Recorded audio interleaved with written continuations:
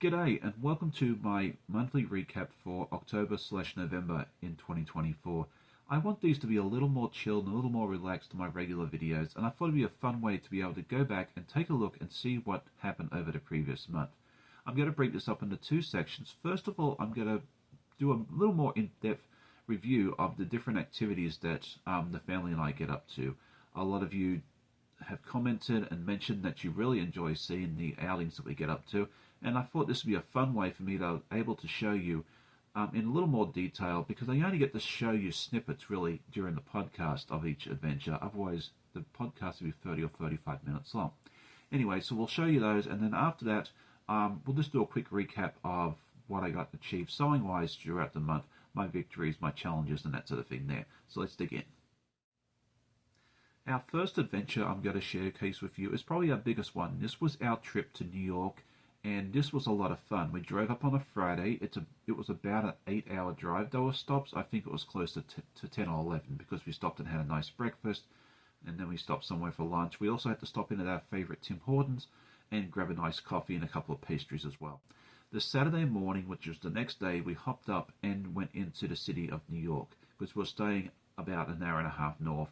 We could have driven in, but we thought it'd be more fun and more practical to take the Amtrak in. So we went to a nearby station, hopped on the Amtrak train, and headed into town. And this was a really fun way to do it, and something I would definitely do again, because it was a smooth, comfortable ride. I didn't have to worry about traffic, and it put you right in the middle of New York City. Once we arrived, we stopped for a quick snack over at Starbucks, and then walked over to the Harry Potter store, which was about a mile or a kilometer and a half away. We spent probably a good hour there. Well, the girls did. I was in there for about 5 or 10 minutes, and then the crowds got to me, so I decided to go sit outside and just hang out and watch the world go by, which is one of my favorite things to do in New York City. Basically, watch the world go by and people watch. It was a lot of fun while I waited for the girls. And then it just so happened, as we were all getting ready to leave, we saw this wonderful parade featuring a lot of the Native Americans go by as well, and that was a really neat thing to see. One of the other things I love about the city is you just never know what you're going to come across throughout the day. From there, we took the subway down to Lower Manhattan, and we got to see the Trinity Church. We stopped and got lunch at one of our favorite pizza places in the Lower Manhattan area, and then wandered over and saw Trinity Church, walked over to Wall Street, showed the girls that's there, and then walked over to Pier 11, which was where we found one of New York's best kept secrets. You can go and take a $40, $50, $60 trip up around the East River and that sort of thing there, but you don't have to. You can take one of the New York City ferries up to Roosevelt Island or other places, and it's $4.50. So for under $20, I got all four of us onto this 45-minute ride. It stopped a few times, but you got beautiful views of the city.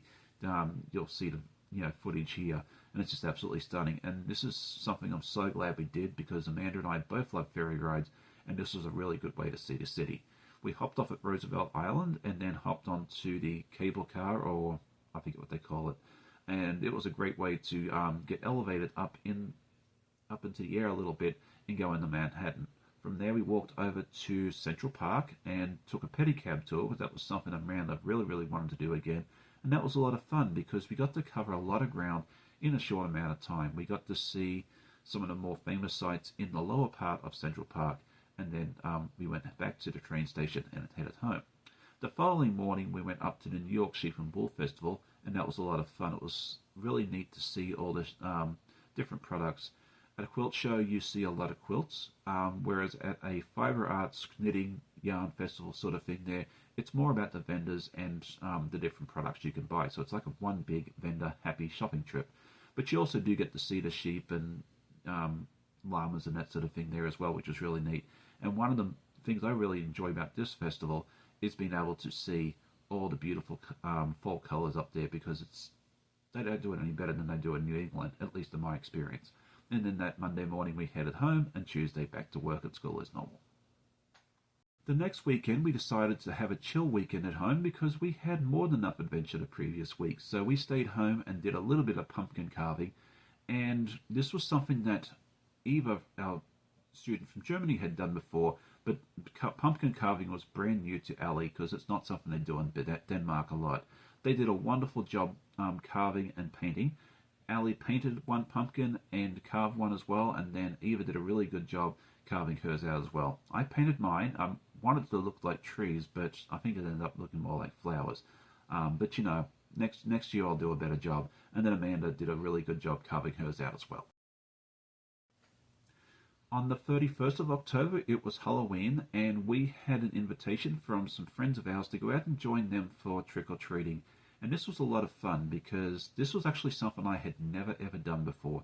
We did not have trick-or-treating in Australia, so I was actually able to go out and go out with the kids and see what a traditional American trick-or-treating was, and it was just so much fun. And this neighborhood was really cool too because generally you have to be 12 or 13 or under to be able to trick-or-treat, but they were more than happy to let the girls trick-or-treat, and a lot of times they invited me to get some candy as well, even though I was an adult. They just basically said, there's no age limit here. So that was really, really neat. And I really had fun with the Halloween and the whole trick-or-treating experience, and it's something I'll definitely do again. A couple of weeks ago, we thought it'd be fun to take the girls to a local art museum. We have one in Norfolk, Virginia, which is about a 20-minute drive from here, and they have a really, really good art museum. The beauty of it is free, and they have all different types of art. It was so much fun to be able to go in and just wander around. A lot of the exhibits are the same and permanent, but they also do have some really neat temporary exhibits as well to see. And we went there, and nearby there's a like what they call the Haag, which is this nice pond and that sort of thing there. And it's tidal because when we went there, it was really, really high, and we could actually see these little fish floating around. I'm putting a picture up here now so you can kind of see those. And I thought that was really fun because it's not something you get to see every day, the little schools of fish floating around in very, very shallow water.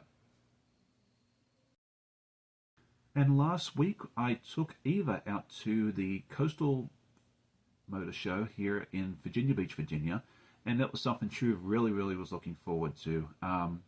It's the second time I've taken an exchange student, both have been girls, to the motor show because they've had a big interest, especially in the American muscle cars and that sort of thing there. We actually had the experience of being able to have Eva sit inside one of the really expensive Lamborghinis because we ended up talking to the owner, and he was just more than happy to let her sit in it. And I also discovered at that point in my life that my dream of owning a high-powered supercar is probably not going to happen because at being 6'5", I can't fit in it. I can't even get in the driver's seat. So I guess I'll have to stick to driving regular cars even if I'm stinking rich one day. But we really had fun wandering around inside the motor show, seeing all the different types of cars. And Eva really enjoyed it because she got to see a lot of American cars that she would not see in Europe normally. You know, she'd see a lot of like Ferraris, Lamborghinis, BMW, Mercedes and that sort of thing there, but the American ones like the Fords and that sort of thing there, she's not going to see, and she really enjoyed that.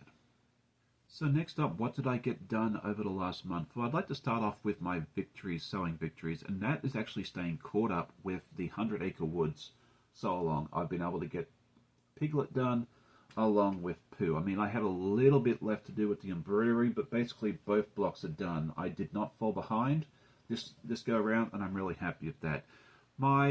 Let's now talk about my struggles. I looked at this and I did not get as much done as I would like, and I think that's something I need to kind of focus more in the end of November and December, is to try and spend a little more time in the sewing room each week. I find that sometimes we get lazy and you just say, okay, I'll do it tomorrow. But I think if I try and spend a little bit time each day and just chip away at it, it'll make it a lot better. And it's something I miss when I don't sew for a few days. It really does hit me. And finally, what are my plans for the next month? Well, I'm going to keep that a secret just for a couple more days. I'm going to release another video in a couple of days that's actually going to show you a sneak peek of what's coming up in the next month and early next year as well. So stay tuned for that. I would love to hear your comments on this. Do you have any suggestions on the next monthly recap? I'd love to hear that as well, because this is the brand new thing I'm choosing to do. If you did enjoy it, hit that like button as always. Tell a friend, and I always love hearing comments from you. And I hope to see you again very soon in the next video. Happy sewing. Bye.